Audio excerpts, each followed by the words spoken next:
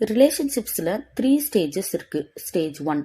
இந்த ஸ்டேஜ்ல beautiful words, cute actions, attractive behaviour எல்லாமே ஷோ ஆகும். ஈவன் குட்டி குட்டி ப்ராப்ளம்ஸ் இல்ல மிஸ் அண்டர்ஸ்டாண்டிங்னு எதுவுமே இருக்காது. ஸ்டேஜ் 2. இந்த ஸ்டேஜ்ல ப்ராப்ளம்ஸ், டிஃபிகல்டிஸ் எல்லாம் கொஞ்சம் கொஞ்சமா ஸ்டார்ட் ஆகும். சின்ன சின்ன நெகட்டிவான விஷயம் கூட ரொம்ப பெருசா தெரியும். இந்த மாதிரி கேரக்டர் இருக்கிறவங்க கிட்ட எப்படி நம்ம லைஃபை ஷேர் பண்ண முடியும், லைஃப் லாங் இவங்க கூட எப்படி வாழ முடியும் அப்படின்னு தோணும். நிறைய பேர் இந்த ஸ்டேஜ்லயே ரிலேஷன்ஷிப்பை கிவ் அப் பண்ணிடுவாங்க.